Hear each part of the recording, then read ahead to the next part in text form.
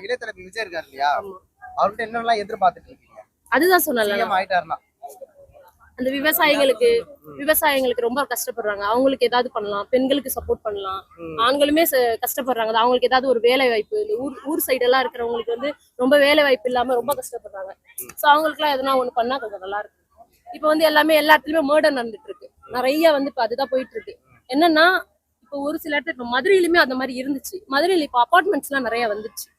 So நிறைய வரும். என்னாச்சு, எல்லாரும் வேலைக்கு போக ஆரம்பிச்சிட்டாங்க, சம்பாதிக்கிறது வச்சுட்டாங்க. புரியுதா, சம்பாதிக்கிறது வந்துச்சு. இப்ப திருநெல்வேலி சைட் எல்லாம் பாத்தீங்கன்னா ஃபுல்லாவே இன்னமும் அது கிராமம் மாதிரி தான் இருக்கு. சோ என்னன்னா அவங்களுக்கும் அந்த இடத்துல ஏதாவது வேலை வாய்ப்பு வர மாதிரி பண்ணி கொடுத்துட்டீங்கன்னா அவங்க வேலை பாக்குற இன்ட்ரெஸ்ட்ல போயிடுவாங்க. சோ இப்ப என்னன்னா ஒரு 4 பேர் உட்காந்துட்டு சீட் ஆடிட்டு இருப்பாங்க, ஏதோ ஒரு கான்வர்சேஷன் போகும், அடிதடி ஆகும், சண்டே ஆகும், குடிப்பாங்க, அப்படியே போயிட்டு இருக்கு. அவங்களோட லைஃப் அப்படியே போயிட்டு இருக்கனால இன்னமும் அந்த பிரச்சனை, ஜாதி பிரச்சனை, அந்த பிரச்சனை, இந்த பிரச்சனை வந்துகிட்டே இருக்கு.